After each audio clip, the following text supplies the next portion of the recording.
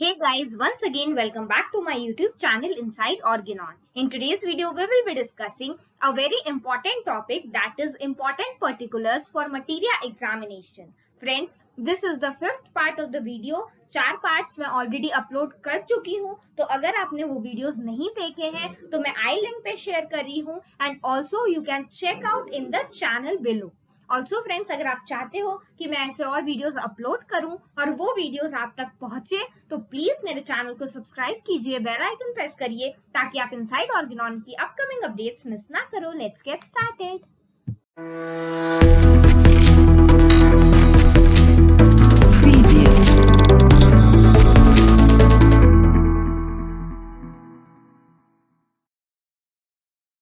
So friends, the first remedy that we have here is ferrum metallicum. Ferrum metallicum के 3 points बहुत ज्यादा important होते हैं and those 3 points are gastrointestinal symptoms, menses and anaemia.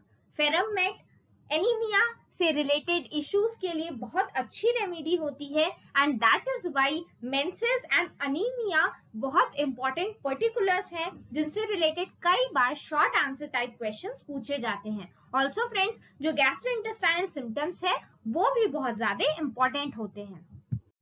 Moving on to the next remedy that we have is graphites. And graphites के जो gastrointestinal symptoms होते हैं and skin के सिम्टम्स. फ्रेंड्स, जो ग्रेफाइटिस के स्किन के सिम्टम्स है they play a very important role और ये कई बार एग्जामिनेशन में पूछे जाते हैं. So if you are preparing for third prof materia medica examination, I want you to make damn sure that you are done with preparing skin symptoms of graphitis.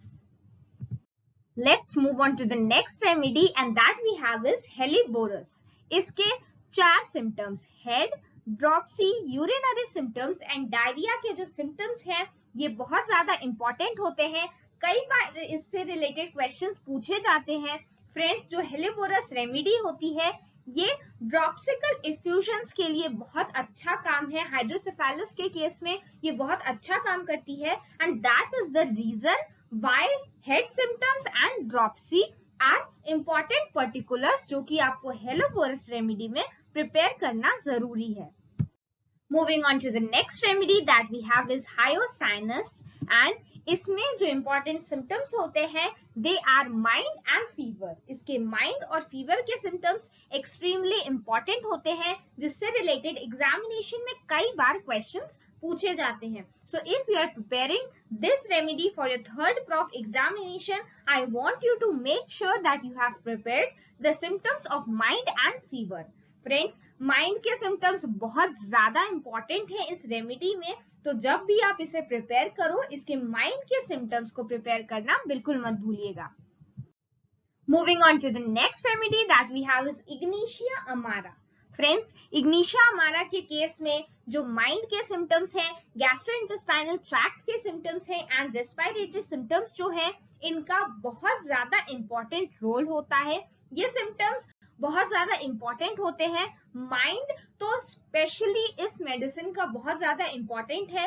Friends, मैंने आपको ये भी बताया है, मैंने जो प्रीवियस वीडियो पोस्ट की थी उसमें मैंने आपके साथ डिस्कस की थी कुछ इंपॉर्टेंट ड्रग पिक्चर्स जो कि थर्ड प्रॉफ में पूछी जाती हैं.